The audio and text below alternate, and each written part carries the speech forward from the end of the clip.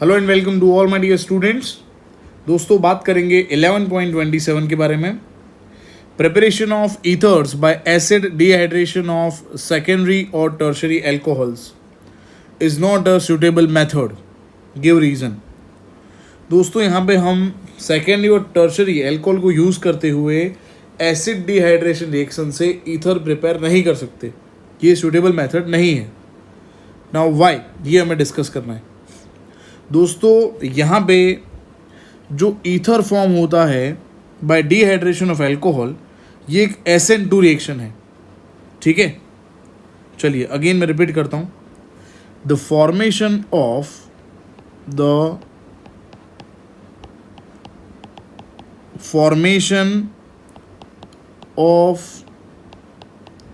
Ethers by dehydration, that is removal of water molecule of alcohol, is SN2 reaction। ये दोस्तों एक SN2 reaction है, biomolecular nucleophilic substitution reaction, involving the attack of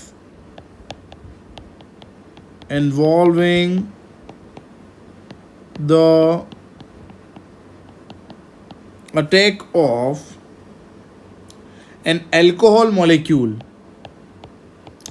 अभी हमने just इसके पहले question में देखा था कि यहाँ पे अल्कोहल मॉलिक्यूल अटैक करता है, alcohol molecule on a protonated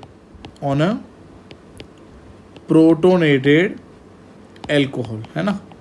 second step में हमने देखा था ये। Okay, so in this method the alkyl group should be unhindered. यहाँ पे जब ये अटैक करता है ना, तो अल्काइल ग्रुप जो होता है इन दिस मेथड, यहाँ पे लिख देता हूँ मैं, अल्काइल ग्रुप कैसा होना चाहिए, शुड बी अनहिंडर्ड। इसका मतलब क्या होता है, अनहिंडर्ड का मतलब होता है यहाँ पे मैक्सिमम कम कार्बन होने चाहिए, कम से कम कार्बन होने चाहिए, मिनिमम कार्बन होने चाहिए।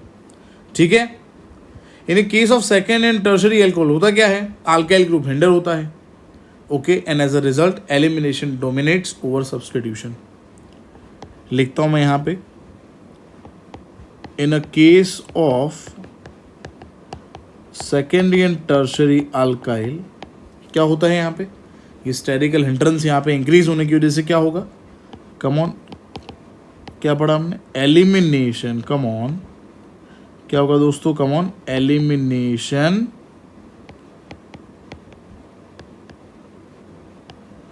कंपीट्स ओवर सब्स्टिट्यूशन, या फिर मैं यहां पे लिख देता हूं, elimination dominates substitutions, hence in place of ether alkenes are formed। यहाँ पे ईथर की जगह क्या फॉर्म हो जाएगा दोस्तों, अल्किन फॉर्म हो जाएगा। ठीक है दोस्तों, तो ये बात हो गई 11.27 के बारे में। चलिए दोस्तों, अब बात करेंगे हम 11.28 के बारे में। चलिए दोस्तों, यहाँ पे मैं लिखने जा रहा हूँ 11.28। चलिए देखते हैं क्या है question. Right the equation of the reaction of hydrogen iodide with, यहाँ पे HI का रिएक्शन लिखना है। सबसे पहले हमारे पास यहाँ पे रिएजेंट दिया हुआ है दोस्तों हमें 1 प्रोपॉक्सी प्रोपेन, CH3 CH2, 1 प्रोपॉक्सी प्रोपेन लिखा है। तो यहाँ पे दोनों तरफ प्रोपाइल ग्रुप है, दोनों तरफ प्रोपाइल और ईथर है। इसके अंदर दोस्तों हमें ऐड करना है HI। ठीक है, बड़ा सिंपल है।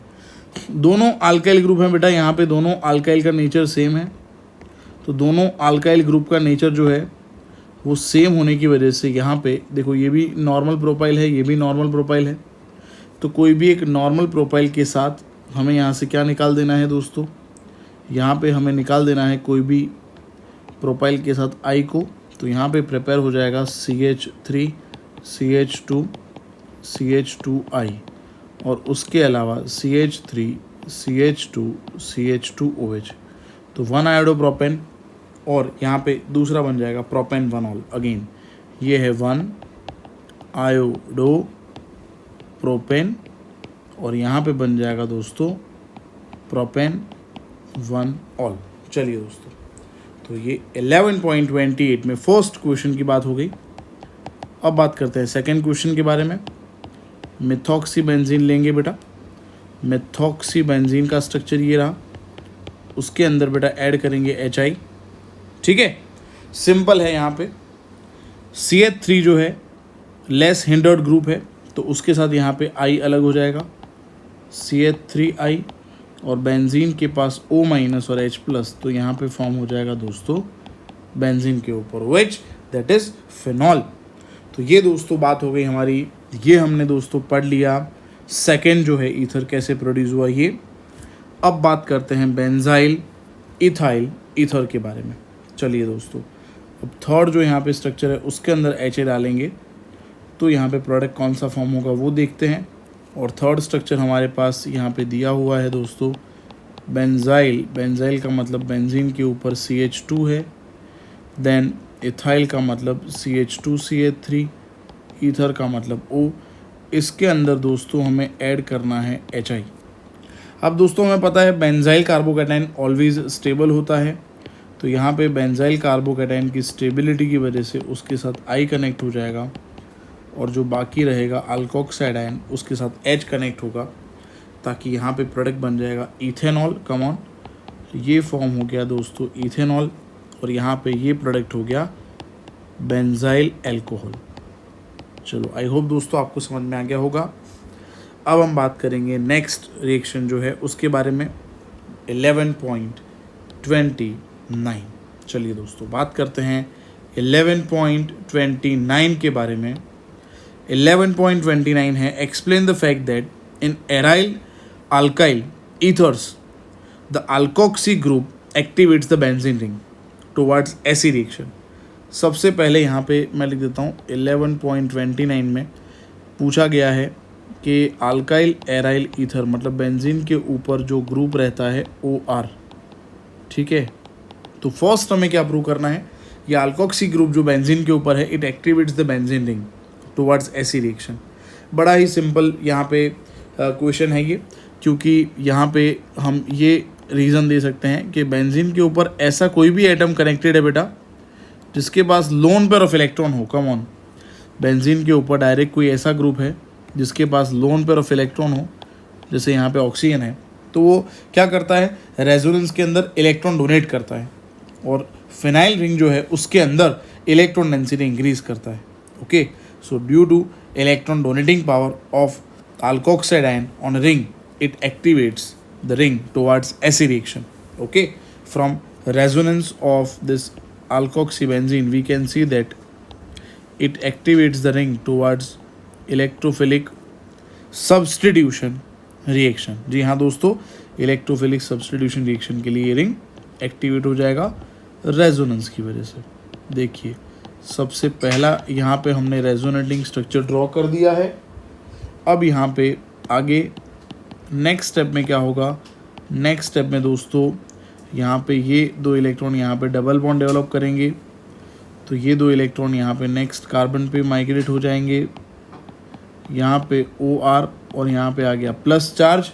नेक्स्ट स्टेप में दोस्तों यहाँ पे नेक्स्ट स्टेप जो है उसके अंदर अगेन ये जो इलेक्ट्रॉन्स हैं यहाँ पे बॉन्ड डेवलप करेंगे, और ये दो इलेक्ट्रॉन ऊपर माइग्रेट हो जाएंगे, तो यहाँ पे डबल बॉन्ड OR और प्लस यहाँ पे डिस्पर्स हो गया। अब उसके बाद नेक्स्ट स्टेप के अंदर दोस्तों अगेन यहाँ पे ये इलेक्ट्रॉन अंदर बॉन्ड डेवलप करेंगे, और ये इलेक्ट्रॉन अगेन ऑक्सीजन पे चले जाएंगे, तो हमारा जो ओरिजिनल स्ट्रक्चर है दोस्तों ये वापस आ जाएगा 1 2 3, और यहाँ पे OR ग्रुप अगेन वापस आ गया। हम देख सकते हैं दोस्तों यहाँ पे ये जो भी रेजोनेटिंग स्ट्रक्चर हमने ड्रॉ किए हैं उसमें बेंजीन रिंग के अंदर एट ऑर्थो पोजीशन और पैरा पोजीशन जो है यहाँ पे इलेक्ट्रॉन डेंसिटी इंक्रीज हो रहा है। Okay, so we can say that benzene is activated towards electrophilic substitution by alkoxy group. ठीक है दोस्तों, तो ये बात हो गई हमारा 11.29 का फर्स्ट क्वेश्चन सॉल्व हो गया है। दूसरा है it directs the incoming substituent to ortho and para position. तो दोस्तों यहीं पे इसी के अंदर हम ये भी बोल सकते हैं कि यहाँ पे इलेक्ट्रॉन डेंसिटी जो है ये ऑर्थो एंड पैरा पोजीशन पे यहाँ पे ज़्यादा है इलेक्ट्रॉन डेंसिटी। फाइन, ये जो पोजीशन है दोस्तों, ये पोजीशन को हम बोलेंगे ऑर्थो पोजीशन, और ये जो मैंने पोजीशन इंडिकेट कर दिया ये पैरा पोजीशन है, ठीक है, और वापस से ये भी ऑर्थो पोजीशन है, ठीक है।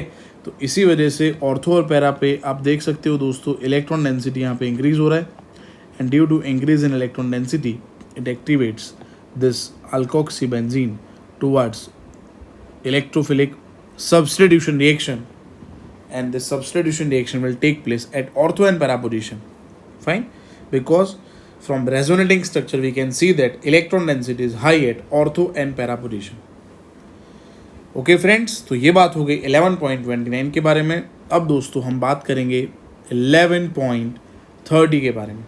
चलिए दोस्तों डिस्कस करेंगे 11.30। क्या लिखा हुआ है? Write the mechanism of the reaction of HI with methoxybenzene. जी हाँ दोस्तों, यहाँ पे हमें लेना है दोस्तों मेथॉक्सीबेंजीन।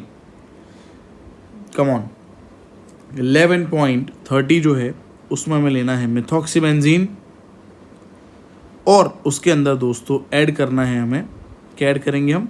उसके अंदर दोस्तों हम ऐड करेंगे HI, मेथॉक्सीबेंजीन नहीं, मेथॉक्सीमीथेन लेना है, उसके अंदर HI ऐड करना है, उसका मैकेनिज्म लिखना है।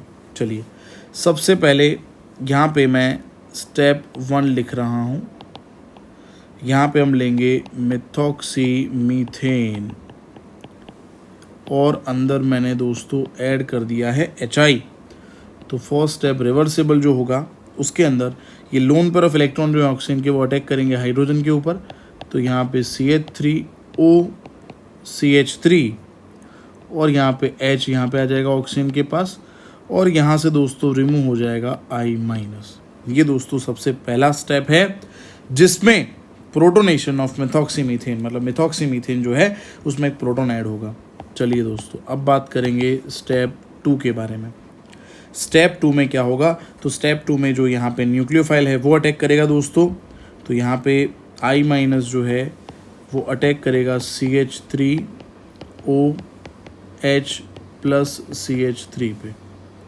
चलिए अब जैसे ही अटैक करेगा यहाँ पे CH3I यहाँ से अलग हो जाएगा, और जो बाकी रहेगा that is methanol CH3OH।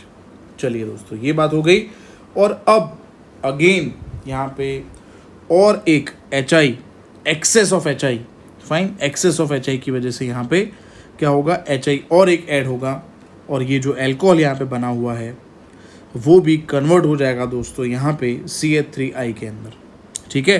When excess of HI is taken then the reaction is carried out at high temperature. Methanol formed in the second step reacts with another HI and it is converted to methyl iodide. तो ये जो CH3OH है again एक HI से और react करेगा, और फिर यहाँ पे प्रोड्यूस हो जाएगा दोस्तों, यहाँ पे CH3I प्रोड्यूस हो जाएगा। आई होप दोस्तों ये समझ में आ गया है आपको। लास्ट स्टेप जो है वो हम यहाँ पे लिख देते हैं, वो मेंशन कर देते हैं कि यहाँ पे जो CH3OH फॉर्म हुआ है स्टेप 2 के अंदर, तो स्टेप 3 के अंदर क्या होगा?